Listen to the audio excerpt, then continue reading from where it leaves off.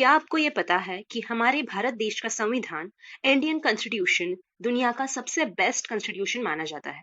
इसका कारण ये है कि 62 इयर्स के बाद भी कॉन्स्टिट्यूशन को सिर्फ 94 टाइम्स अमेंड किया है और अभी तक 104 टाइम्स अमेंडमेंट हुई है।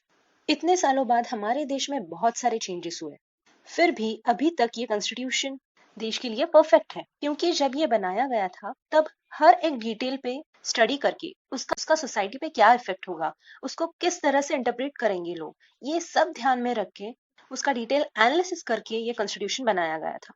तो इसके लिए कॉन्स्टिट्यूएंट असेंबली फॉर्म हुई थी।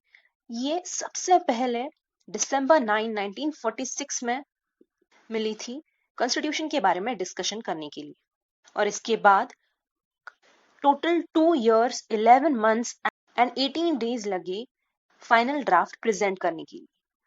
और ये ड्राफ्ट फाइनलाइज करने से भी पहले करीबन 2000 अमेंडमेंट्स हुई थी। तो ये फाइनली प्रिपेयर हुआ 26 नवंबर 1949 को। इसीलिए आज नेशनल कॉन्स्टिट्यूशन डे सेलिब्रेट कर रहे हैं। और ठीक उसी दिन के 2 महीने बाद 26 जनवरी 1950 को हमारा कॉन्स्टिट्यूशन एनफोर्स हुआ, जिस दिन हम रिपब्लिक डे सेलिब्रेट करते हैं। और इसी के 2 दिन पहले 24 जनवरी 1950 को कॉन्स्टिट्यूएंट असेंबली के 284 जो मेंबर्स थे, जिसमें 15 वुमेन भी थी, उन्होंने ये डॉक्यूमेंट, ये कॉन्स्टिट्यूशन ऑफ इंडिया साइन किया था।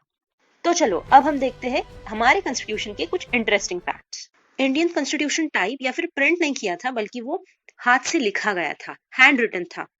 प्रेम बिहारी नारायण रायजादा ने फ्लोइंग इटैलिक स्टाइल में इंडिया के सबसे बेस्ट कैलीग्राफी ट्रेडिशन में ये कॉन्स्टिट्यूशन लिखा था।